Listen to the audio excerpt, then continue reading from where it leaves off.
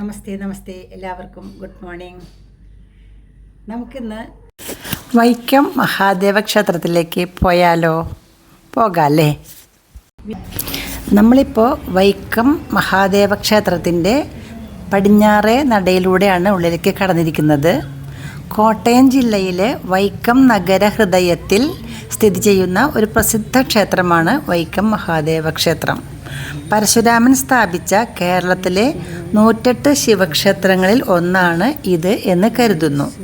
10 ഏക്കറിൽ കൂടുതൽ വരുന്ന സ്ഥലത്ത് കിഴക്കോട്ട് ദർശനമായാണ് വൈക്കം ക്ഷേത്രം സ്ഥിതി ചെയ്യുന്നത്. ശ്രീ പരമേശ്വരൻ ശ്രീ പാർവതിയോടൊപ്പം ഈ ക്ഷേത്രത്തിൽ പ്രതിഷ്ഠിക്കപ്പെട്ടിരിക്കുന്നു. ഇവിടുത്തെ മഹാദേവന് അന്നദാന പ്രഭു എന്നൊരു പേരുമുണ്ട്.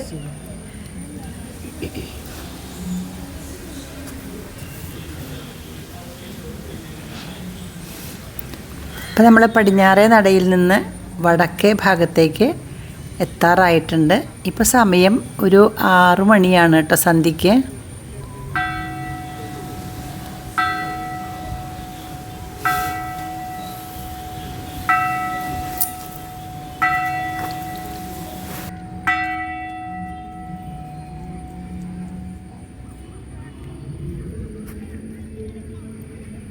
നല്ല പൂഴി മണലാണ് കേട്ടോ ഇവിടെ.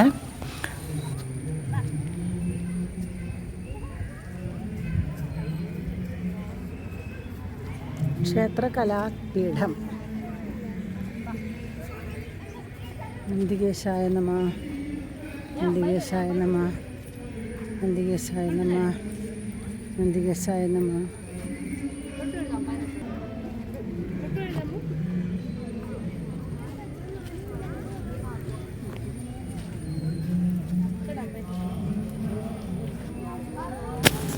വടക്ക് ഭാഗത്തുള്ള ക്ഷേത്ര കവാടമാണ് കാണുന്നത്.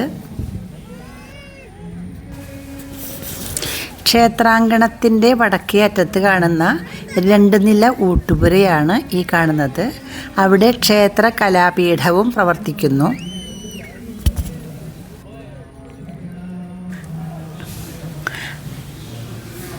ഇപ്പം നമ്മളതിന് വടക്ക് ഭാഗത്ത് കൂടെ മുന്നിലേക്ക് കിഴക്കോട്ട് പോവുകയാണ്.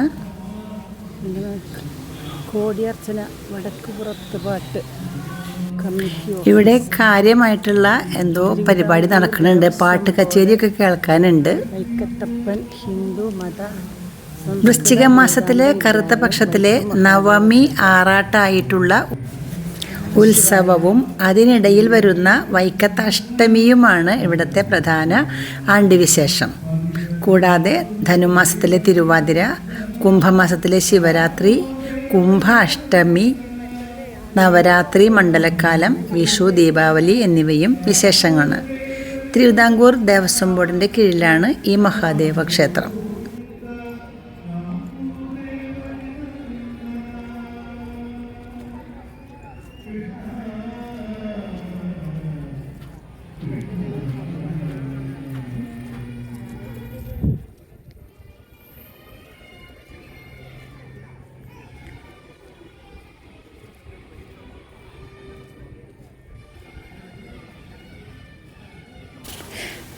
ക്ഷേത്ര പ്രതിഷ്ഠയും നിർമ്മാണവും അതിനെക്കുറിച്ച് നമുക്കൊന്ന് മനസ്സിലാക്കാം. ഖരൻ എന്ന അസുരൻ മുത്തച്ഛനായ മാല്യവാനിൽ നിന്ന് ശൈവവിദ്യ ഗ്രഹിച്ച് ചിദംബരത്ത് പോയി ശിവനെ പ്രീതിപ്പെടുത്താനായി തപസ്സനുഷ്ഠിച്ചു. ഭക്തൻ്റെ തപസ്സിൽ സംപ്രീതനായ ഭഗവാൻ അവന് 3 ശിവലിംഗങ്ങൾ സമ്മാനിച്ചു. തുടർന്ന് ആകാശമാർഗേണ യാത്ര ആരംഭിച്ച ഖരൻ ശിവലിംഗങ്ങളുടെ ഭാരം കാരണം അല്പനേരം വിശ്രമിക്കാനായി വൈക്കത്തെത്തി. തുടർന്ന് തൻ്റെ വലത് കൈയിലെ ശിവലിംഗം അവിടെ ഇറക്കി വെച്ച് ഖരൻ വിശ്രമം ആരംഭിച്ചു. ഉണർന്നെഴുന്നേറ്റ് ശിവലിംഗം എടുക്കാൻ നോക്കിയപ്പോൾ അത് എടുക്കാൻ സാധിക്കുന്നില്ല. താൻ താമസിക്കാൻ ഏറ്റവും ആഗ്രഹിക്കുന്ന സ്ഥലമാണ് അത് എന്ന് തത്സമയം ശിവഭഗവാന്റെ അശരീരിയും മുഴങ്ങി. തുടർന്ന് ശിവലിംഗം അവിടെ തപസ്സിരിക്കുന്ന വ്യാഘ്രപാദൻ എന്ന മഹർഷിയെ ഏൽപ്പിച്ച് ഖരൻ മുക്തി അടഞ്ഞു. തുടർന്ന് തൻ്റെ ഇടത് കൈയിലെ ശിവലിംഗം ഖരൻ ഏറ്റുമാനൂർ മഹാദേവ ക്ഷേത്രത്തിലും വായകൊണ്ട് കടിച്ചു പിടിച്ച ശിവലിംഗം കടുത്തുരുത്തി തളി മഹാദേവ ക്ഷേത്രത്തിലും പ്രതിഷ്ഠിച്ചു. ഇന്നും ഈ 3 ക്ഷേത്രങ്ങളിലും ഉച്ചയ്ക്ക് മുൻപ് ദർശനം നടത്തുന്നത് പുണ്യകരമായിട്ട് വിശ്വസിക്കുന്നു. ഇവിടെ വൈക്കത്ത് വ്യാഘ്രപാദൻ ശിവലിംഗം പൂജിച്ച് ദിവസങ്ങൾ കഴിച്ചുകൂട്ടി. ഒടുവിൽ ഒരു വൃശ്ചിക മാസത്തിൽ കറുത്ത പക്ഷത്തിലെ അഷ്ടമി ദിനത്തിൽ 7:30 വെളുപ്പിന് ശിവൻ പാർവതീ സമേതനായി അദ്ദേഹത്തിന് ദർശനം നൽകി. ഈ ദിവസമാണ് വൈക്കത്തഷ്ടമിയായിട്ട് ആചരിച്ചു വരുന്നത്. അഷ്ടമി നാളിൽ ഇവിടെ ദർശനം നടത്തുന്നത് ശിവപാർവതിമാരുടെ അനുഗ്രഹത്തിനും സർവ്വ ഐശ്വര്യത്തിനും ഏറ്റവും ഗുണകരമാണ് എന്നാണ് വിശ്വാസം. ഈ ശിവലിംഗത്തിൻ്റെ മാഹാത്മ്യം കേട്ടറിഞ്ഞ് സാക്ഷാൽ പരശുരാമനും തത്സമയം വൈക്കത്തെത്തി. ശിവലിംഗം കണ്ടപാടെ അദ്ദേഹം അതിനു മുന്നിൽ സാഷ്ടാംഗം നമസ്കരിച്ചു. തുടർന്ന് ദേവശില്പിയായ വിശ്വകർമാവിനെ വിളിച്ചു വരുത്തിയ പരശുരാമൻ ഉടനെ തന്നെ അദ്ദേഹത്തെ കൊണ്ട് ഒരു മഹാക്ഷേത്രം പണി കഴിപ്പിച്ചു. ആ ക്ഷേത്രമാണ് വൈക്കം മഹാദേവ ക്ഷേത്രം. അവിടെയാണ് നമ്മൾ നിൽക്കുന്നത്. ഇപ്പം നമ്മൾ അമ്പലത്തിൻ്റെ കിഴക്കേ നടയിലാണ് നിൽക്കുന്നത്. അത്ഭുതകരമായിട്ടുള്ള ഒരു ക്ഷേത്രം തന്നെ. 10 ഏക്കർ സ്ഥലമാണെന്ന് പറയുന്നത്. എന്താ ഭംഗിയില്ലേ. ഇവിടെ ക്ഷേത്രത്തിൻ്റെ തെക്ക് ഭാഗത്തുള്ള ഹാളിൽ സ്റ്റേജിൽ ഇന്നെന്തോ കാര്യമായ വിശേഷമാണ്. നല്ല പാട്ടൊക്കെ കേൾക്കാനുണ്ട്. ഭക്തന്മാരുടെ പാട്ട് കച്ചേരി നടക്കുന്നുണ്ട്. നോക്കാം നമുക്ക്.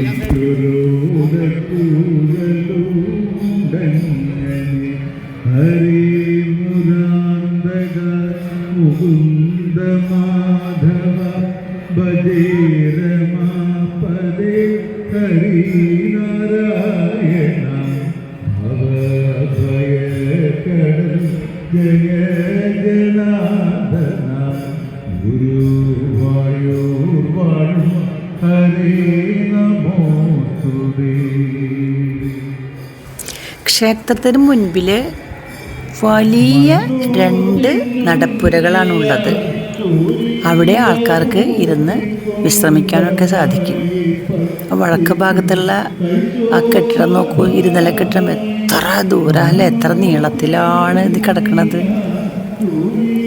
ഊട്ടുപുര അന്നദാനപ്രഭുവായിട്ടുള്ള ഭഗവാന്റെ അന്നം വാങ്ങാനുള്ള ഊട്ടുപുരയാണത്.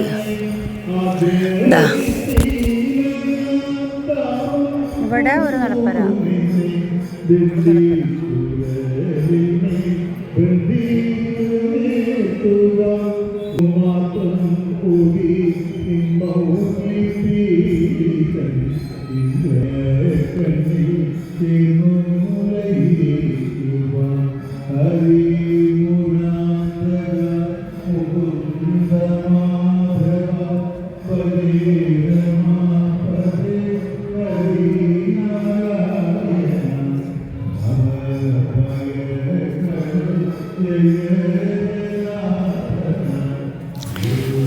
രണ്ട് നടപ്പുരയുടെയും അപ്പുറത്ത് കണ്ടോ ഗോപുരമാണ് കാണുന്നത്. പടിവാതിൽ പുറത്തേക്ക് കടക്കാം. കിഴക്കേ ഗോപുരവാതിലിലൂടെ നമുക്കൊന്ന് പുറത്തേക്ക് കടന്ന് നോക്കാം കേട്ടോ.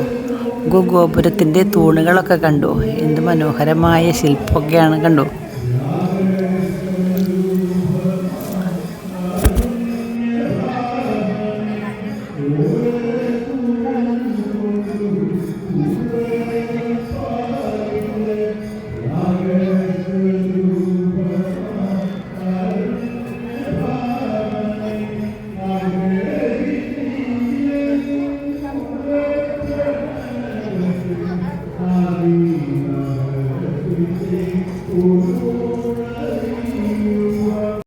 നമ്മളിപ്പോൾ ഗോപുരത്തിലൂടെ പുറത്ത് റോഡിലേക്ക് കടന്നു കേട്ടോ. നമ്മൾ മുന്നിലാണ്, ഏറ്റവും മുന്നിൽ നിൽക്കുന്നത് ഗോപുരത്തിൻ്റെ മുന്നിലാണ്. വടക്ക് ഭാഗത്തൊരു ശ്രീകൃഷ്ണൻ്റെ കോവിലുണ്ട്. ശ്രീകൃഷ്ണൻ കോവിൽ ദേവസ്വം.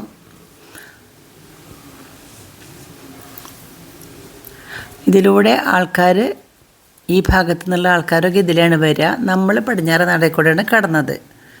ഇതിലെയും വരുന്നുണ്ട് ആൾക്കാർ. ഇതാണല്ലോ പ്രധാന ഗോപുരം, അടിപൊളിയായിട്ടുള്ള ഗോപുരം.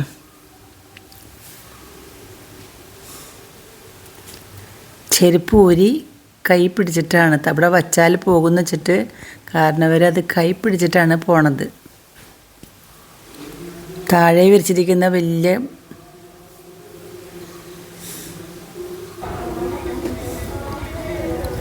കല്ലുകളൊക്കെ കണ്ടില്ലേ. അങ്ങനെ വീണ്ടും നമുക്ക് ഉള്ളിലേക്ക് കടക്കാം. ഉള്ളിൽ കടന്ന് ഇപ്പം ദീപാരാധന സമയമാണ്, ആവാറായിട്ടുണ്ട്. ദീപാരാധനയുടെ സമയം ആവാറായിട്ടുണ്ട്. ഈ 2 ഗോപുരം കടന്ന് നടപ്പുരയും കടന്ന് ആൽത്തറയും വലം വെച്ച് നമുക്ക് മുന്നിലേക്ക് പോകാം. രാജേട്ടൻ അവിടെ കാത്തു നിൽക്കുന്നുണ്ട്. ഉള്ളിൽ പോയി തൊഴണം. ദീപാരാധനയാണ്. ഭഗവാനെ ഭംഗിയായിട്ട് കണ്ട് തൊഴേണ്ടതാണ് കേട്ടോ.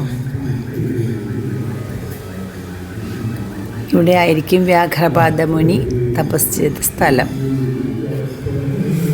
കണ്ടോ, ആൽമരത്തിൻ്റെ കിഴക്കേ നടയിലുള്ള ആൽമരത്തിൻ്റെ ചുവട്ടിലാണ് വ്യാഘ്രപാദ മുനിക്ക് ഭഗവാന്റെ ദർശനം ഉണ്ടായതെന്ന് നമ്മൾ നേരത്തെ പറഞ്ഞല്ലോ.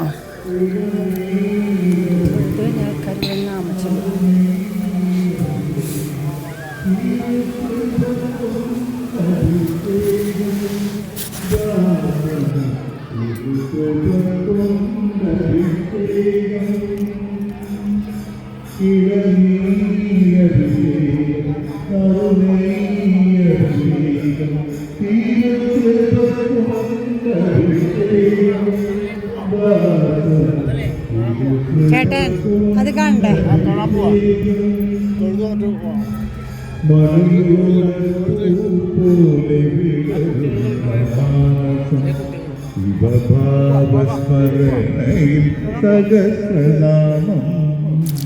ഞങ്ങളങ്ങനെ ഉള്ളിൽ കടന്ന് ദീപാരാധന തൊഴുത് ഭഗവാനെ നമസ്കരിച്ച് പുറത്തു വന്നു. കുറച്ചു നേരം ഇവിടുത്തെ പാട്ട് കച്ചേരി കേട്ട് ഇരുന്നു. അതിനുശേഷം ഞങ്ങൾ പടിഞ്ഞാറ് നടയിലൂടെ തന്നെ പുറത്തേക്ക് കടന്നു. നാളെ രാവിലെ ഒന്നുകൂടി തൊഴണം.